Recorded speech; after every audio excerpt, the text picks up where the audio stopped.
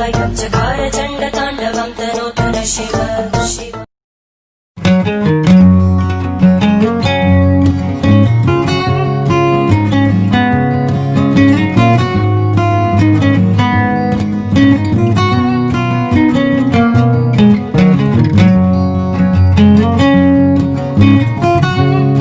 नमस्कार मित्रों, मैं नितिन योगाचार्य।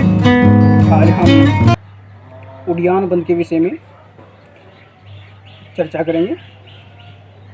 हमने पिछली अपनी 2 वीडियो में जालंधर बंद और मूल बंद के विषय में चर्चा की थी। आज हम तीसरे बंद उड्डयन बंद के विषय में चर्चा करेंगे कि उड्डयन बंद को किस प्रकार से करते हैं।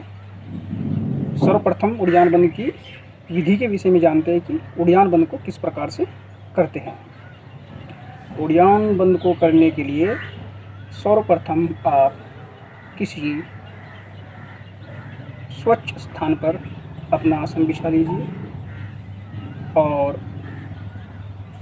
आसन पर सुखपूर्वक पद्मासन, सिद्धासन, स्वस्तिकासन और किसी भी एक ध्यानात्मक आसन में आप बैठ जाइए। किसी भी एक ध्यानात्मक आसन पर लोथी मारकर भी आप बैठ सकते हैं। मन को शांत चित्त करते हुए अपने आप को अभ्यास के लिए पूरी तरह से तैयार कीजिए। शरीर की स्थिति को व्यवस्थित कीजिए। मन को शांत, मन आपका पूरी तरह से शांत, किसी प्रकार का कोई विचार नहीं।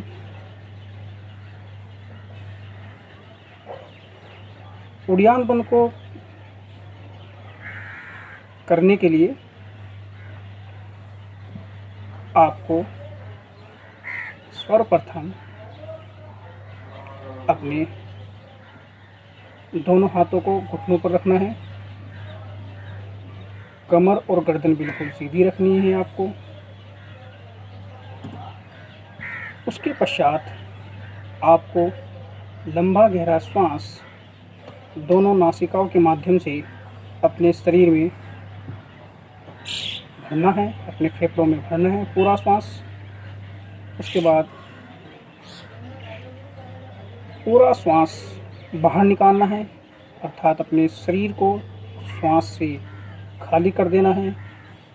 उसके पश्चात आपको अपने शरीर को थोड़ा आगे की ओर झुकाना है। दोनों हाथों से अपने घुटनों को दबाना है, कंधों को थोड़ा ऊंचा करना है और पेट की जो हमारी मसल्स है, अर्थात जो हमारा पेट है, इस पेट को आपको अपनी रीढ़ की हड्डी की ओर, अर्थात स्पाइनल कॉर्ड की ओर खींचना है। अर्थात अंदर की ओर जितना आप खींच सकते हैं इसको उतना खींचना है और कुछ समय तक इसी अवस्था में रुकना है। श्वास को रोक कर रखना है। उसके पश्चात धीरे धीरे आपको शरीर को ढीला छोड़ना है, शोल्डर्स को ढीला छोड़ना है, सांस को धीरे धीरे भरना है। यह आपका एक चक्र हुआ। इसी प्रकार आपको इसके 3 से 5 चक्र करने हैं। ध्यान आपका पूरी तरह से मणिपुर चक्र जो हमारा नाभि में स्थित होता है, इस पर केंद्रित करना है। पूरी तरह से अपना ध्यान मणिपुर चक्र पर केंद्रित करना है। आओ एक बार मेरी साथ इस बंद का अभ्यास करते हैं। कमर गर्दन सीधी, किसी भी एक ध्यानात्मक आसन पर बैठने के पश्चात दोनों हाथ घुटनों पर, सर्वप्रथम आपको अपने दोनों घुटनों को अपने हाथों से दबाना है नीचे की ओर, पृथ्वी की ओर।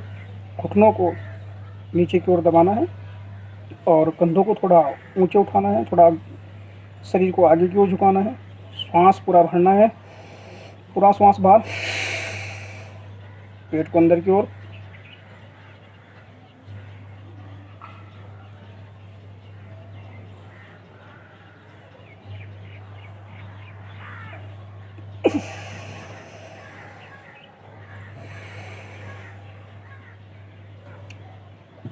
एक बार पुनः श्वास लिया, पूरा श्वास बाहर, घुटनों को दबाया, शोल्डर्स बॉडी को आगे की ओर झुकाया, शोल्डर्स ऊपर की ओर, पेट को पूरा अंदर की ओर खींचना है।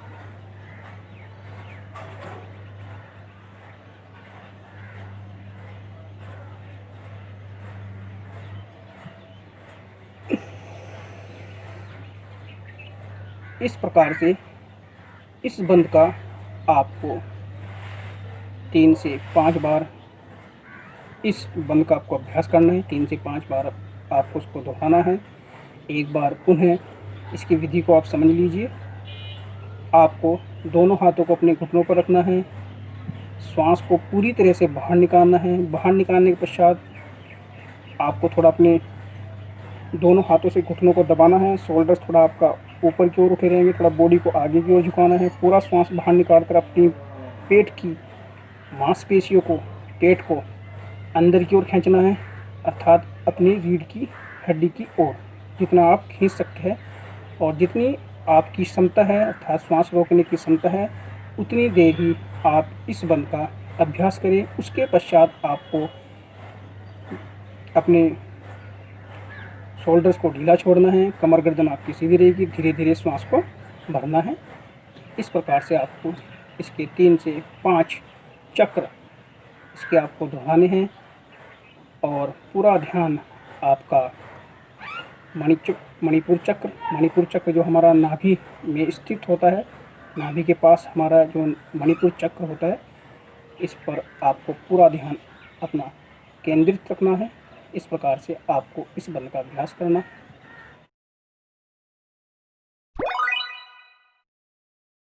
मित्रों, यह आपका उड़ियान बंद हुआ। उड़ियान बंद को हम किस प्रकार से करते हैं यह मैंने आपको बताया। अब हम उड़ियान बंद को करने से क्या लाभ प्राप्त होते हैं, उड़ियान बंद का नित्य प्रति अभ्यास करने से शरीर पर किस प्रकार के प्रभाव पड़ते हैं, उसके विषय में हम चर्चा करते हैं।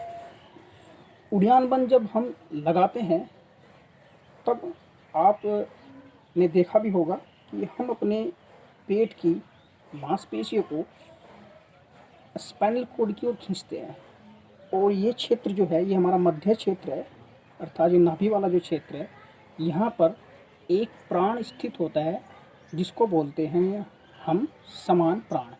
हमारे शरीर में मुख्य जो प्राण हैं वह 5 हैं, 5 प्राण हैं और 5 उप प्राण हैं।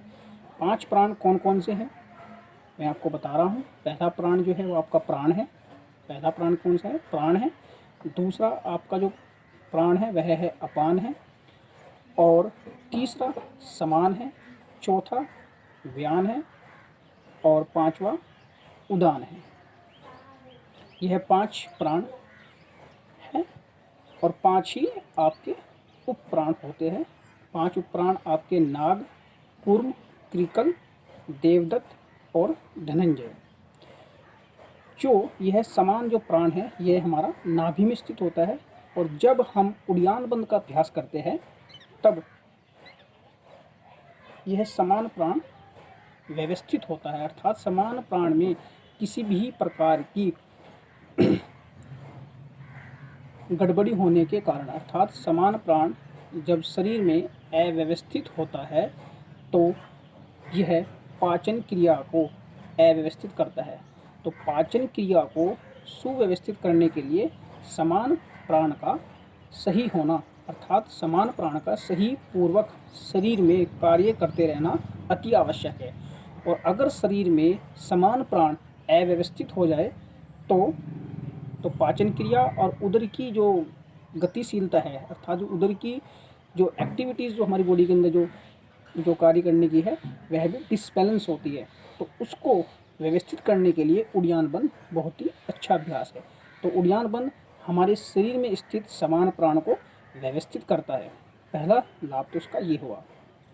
दूसरा जो उसका लाभ आपका है, उड़ान बन जीवनी शक्ति को बढ़ाकर दीर्घायु प्रदान करता है।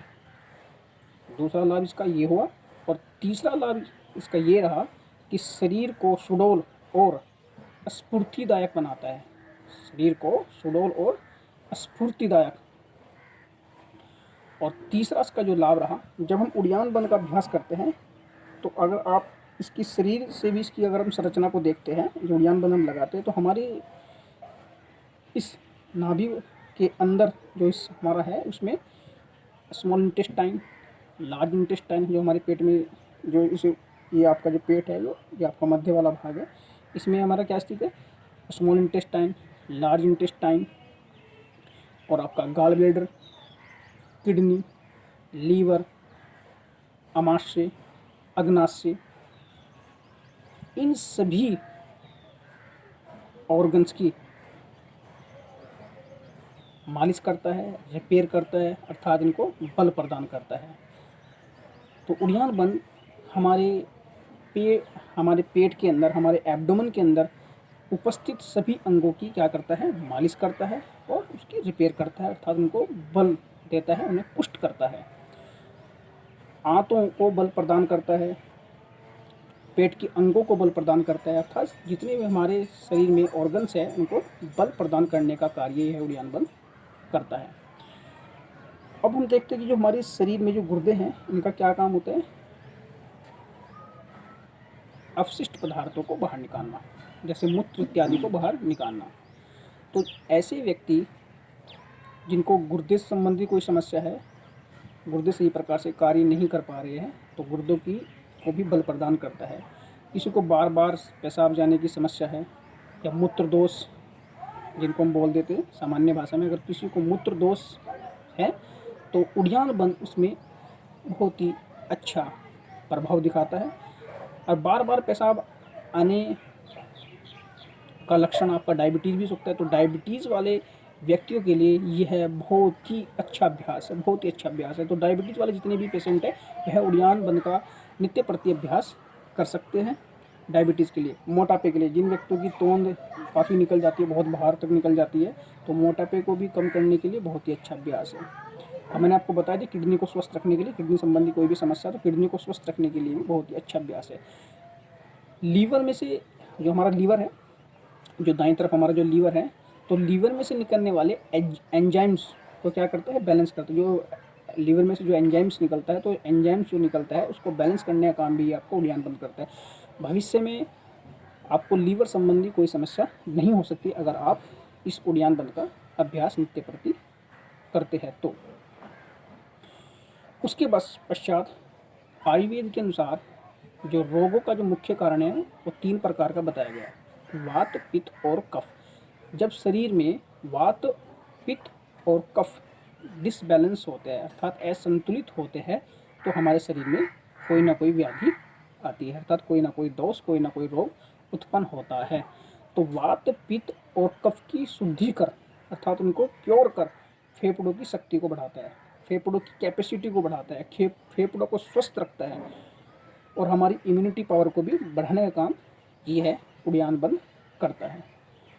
और उड़ान बन का बहुत अच्छा प्रभाव जो है वो यह है कि ऊर्जा को ऊर्ध्वमुखी करने में भी बहुत ही सहायक है। ऊर्जा को ऊर्ध्वमुखी करने के लिए भी मैंने आपको पिछली वीडियो में बताया था कि हमारे शरीर में मुख्य 3 नाड़ियाँ हैं। वैसे तो बहुत सारी नाड़ियाँ हैं, लेकिन मुख्य 3 नाड़ियाँ जो है वह है ईड़ा, पिंगला और सुषुम्ना। तो सुषुम्ना नाड़ी के द्वार को खोलने में भी उड़ान बन मदद करता है। और अभी मैंने आपको बताया है कि जो नाभि में स्थित हमारा जो मणिपुर चक्र होता है, सो मणिपुर चक्र को जगाने के लिए, मणिपुर चक्र को एक्टिव करने के लिए उड़ान बन बहुत ही अच्छा अभ्यास है, मणिपुर चक्र को जागृत करने के लिए। तो इस प्रकार हम देखते हैं कि उड़ान बन के हमारे शरीर पर बहुत ही सकारात्मक प्रभाव पड़ सकते हैं अगर हम इसका नित्य प्रति अभ्यास करते हैं तो। अब इसकी हम सावधानी के विषय में चर्चा करते हैं कि उड़ान बन को करते समय हमें किस प्रकार की सावधानी रखनी चाहिए, कौन कौन व्यक्ति इस अभ्यास को नहीं कर सकते। पहला, ऐसे व्यक्ति जिनको हर्निया की समस्या है, जिनको हाई ब्लड प्रेशर की समस्या है, तो जिनको पेट में इन्फेक्शन है, जो गर्भवती महिलाएं हैं, तो ऐसे व्यक्ति इस बंद का अभ्यास ना करें। तो ये इसमें कुछ सावधानी है और सावधानी को हमें ध्यान रखना अति आवश्यक है। कोई भी अभ्यास करते समय, कोई भी क्रिया करते समय, योग का कोई भी अभ्यास करते समय हमें हमेशा सावधानी का विशेष ध्यान रखना है। हमें श्वास और प्रश्वास का विशेष ध्यान रखना है। हमें उसकी टेक्निक्स है, जो तकनीकी है किसी भी चीज़ को करने की, योगाभ्यास को करने की, श्वासों की, हमें उसकी विधि का पूर्णतः ज्ञान होना अति आवश्यक है।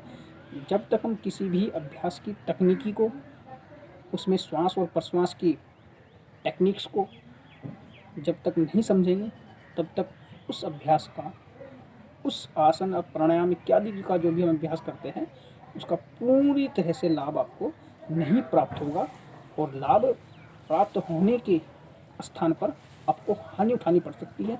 अतः आपको मैं सचेत करता हूँ कि जब भी आप कोई भी अभ्यास करें तो उसे पूरी तरह से समझने के पश्चात तभी उसका अभ्यास करें। धन्यवाद।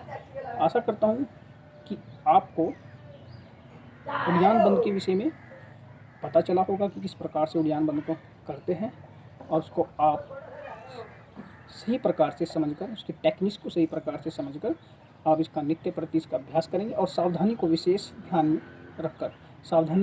में रखकर ही इसका अभ्यास आप नित्य प्रति करें और इसके जो बेनिफिट्स है उसका लाभ आप पूरी तरह से उठा सकते हैं।